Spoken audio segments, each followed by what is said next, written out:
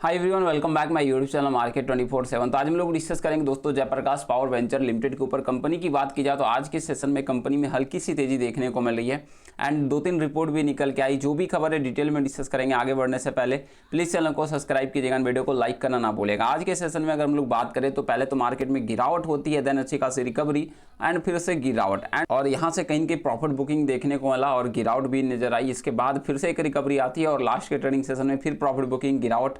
तो देखिए काफ़ी कम टाइम में कंपनी ने काफ़ी ज़्यादा प्रॉफिट बना के दिया। पिछला 1 ईयर में 42% के रिटर्न है, पिछला 1 मंथ में 40% के रिटर्न है। तो कुछ इन्वेस्टर यहाँ से निकल रहे हैं, प्रॉफिट बुक करके निकलते हुए निकल के आ, जिस वजह से कंपनी में थोड़ा वीकनेस भी देखने को मिल रहा है। बाकी यहाँ से ट्रेड इन्फॉर्मेशन की बात करें तो 11 करोड़ वॉल्यूम निकल के आ रहे, trade value 221 crore, market cap 13,000 crore को क्रॉस कर चुकी है। दैन डिलीवरी की बात करें तो 36% डिलीवरी भी देखने को मिल रही है।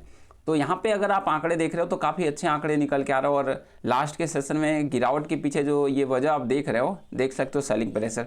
और जब बड़े क्वांटिटी में सेलिंग प्रेशर लगता है तो लोग सेलिंग करेंगे ही क्यों। अभी देखिए गुड न्यूज आई है तो यहाँ से सेलिंग इसलिए करें क्योंकि बड़े बड़े प्लेयर यहाँ पर कह सकते हैं प्रॉफिट बुक करके निकल रहे हैं ऑटो। जैसे कंपनी में गिरावट देखने को मिल रही है, थोड़ा सा वीकनेस निकल के आ रहा है। बाकी पिछले 3 साल और 5 साल में तो कंपनी ने कमाल के रिटर्न भी निकाल के दिए ही। और ये मामला की बात करें तो अब यहाँ से जो निकल के आ रहा है दोस्तों, अगर आप देखिए तो खबर की सोमवार को राष्ट्रीय कंपनी विधि अपील न्यायाधिकरण ने अडानी इंटरप्राइज को समाधान योजना की मंजूरी को चुनौती देने वाली वेदांता लिमिटेड की याचिका को खारिज कर दिया था, जो कि काफ़ी बड़ी खबर निकल के आई थी और अडानी की यहाँ पे एक बड़ी जीत देखने को मिली थी। और कई घर खरीदार के लिए दोस्तों जेपी की कहानी 1 दशक से अधिक समय से तक फैली हुई है। मतलब काफ़ी इसमें जो है प्रॉब्लम क्रिएट हुए हैं।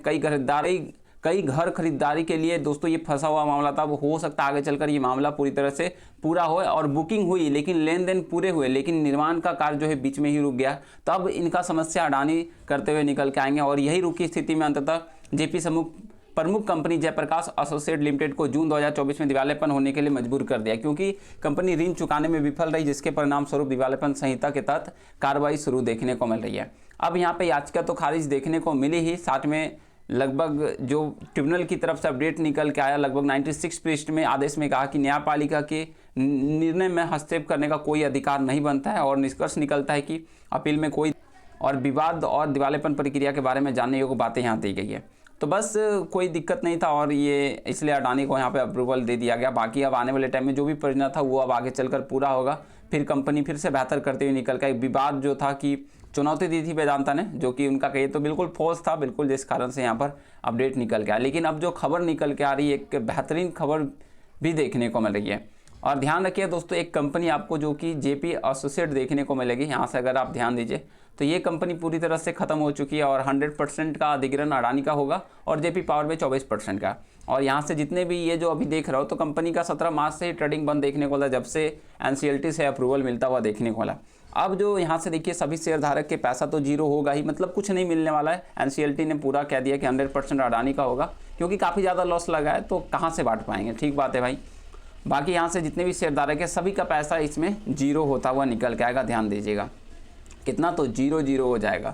तो दिवालियापन के बाद दोस्तों, अधिग्रहण के बाद अडानी समूह ने जेपी की संपत्तियों की रणनीति में विभाजन की योजना बनाई, विभाजन स्प्लिट की योजना बना दी। अब ध्यान रखिएगा, अब दिवालियापन के बाद अधिग्रहण जो हुआ तो अब इसके बाद अडानी समूह के द्वारा जेपी की जो संपत्तियां होगी एंड काफ़ी सारे सेक्टर है इसमें, इंफ्रास्ट्रक्चर होगा या तो पावर सेक्टर भी मिल रहा है, तो अब इसका स्प्लिट होगा और आगे चलकर हो सकता है मतलब कि हर तरीका से स्प्लिट कर देंगे और हर तरीका का जो वर्क होगा कहीं ना कहीं दूसरे तरीका से होता हुआ निकल के आएगा एंड हर सेक्टर को बांटते हुए निकल के आएंगे। देख सकते हो split of JP group and insolvency take over के बाद and the deal hands Adani group's control over the diverse portfolio spanning the cement plant हो गया, पावर एसेट हो गया, large parcel in Delhi NCR region and Buddh international.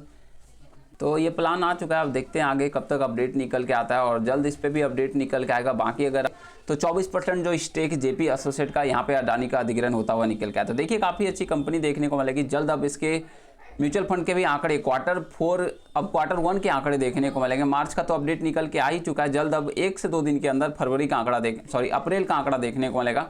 और यहाँ से देखिए मार्च में तो ज़बरदस्त खरीदारी देखने को मिली ही है किसी भी तरफ से देखिए तो, एंड हर म्यूचुअल फंड के द्वारा ज़बरदस्त खरीदारी, या वो एसबीआई हो, बंधन, टाटा, आईसीसीआई ज़बरदस्त खरीदारी करते हुए पाएगा। बिकवाली 1-2 बाकी सारे खरीदारी देखने को मिले, जो कि काफ़ी बड़ा पॉजिटिव थिंग निकल के आता है। तो इस तरह के आंकड़े बेहतरीन होते हैं। और देखिए अब कंपनी की बात करें तो काफ़ी इन्वेस्टर यहाँ से सोच रहे कि करना क्या चाहिए। देखिए दोस्तों, ये कंपनी को अब सपोर्ट मिल गया है कि इसका अडानी का बड़ा सपोर्ट मिलता हुआ निकल के आया और नए प्रमोटर अडानी बनते हुए निकल के आए।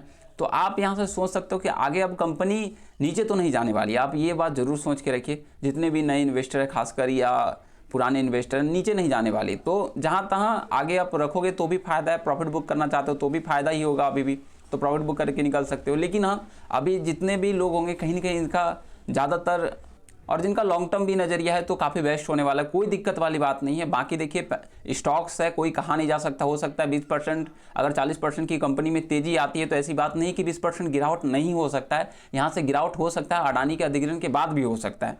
तो ऐसी बात नहीं है, स्टॉक्स है, स्टॉक मार्केट है, हाई रिस्क हमेशा रहता है। बाकी कंपनी अभी पॉजिटिव है पूरी तरह से। बाकी आने वाले टाइम में देखते हैं किस तरह से कंपनी अपडेट दे रही है। चलिए मिलते हैं नेक्स्ट वीडियो में। Thanks for watching. जय हिंद, जय Bharat. Please share, subscribe and like.